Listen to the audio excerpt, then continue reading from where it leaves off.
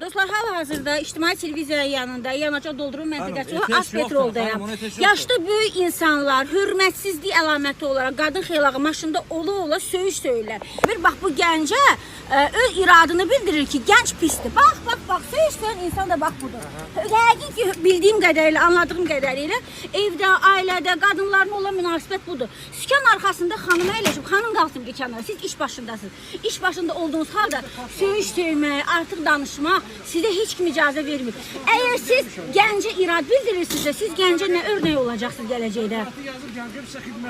Xidmət göstərmişsiniz, siz burada ala, buyur, hələ bir dediyimiz söyüşü dilimə almıram, gəncə söyüş söyürdünüz. Nə var ki, sizə bir dənə müraciət eləmişdi. Nəysə, yəni xahiş edirəm Aspetrolun rəhbərliyindən bir dənə zəhmət olsa bu mövzuya, bu yəni problemə baxın. Bax, bu cür insanların ən azı davranış qaydalarını öyrədin ki, ictimaiyyətə necə davranmaq lazımdır.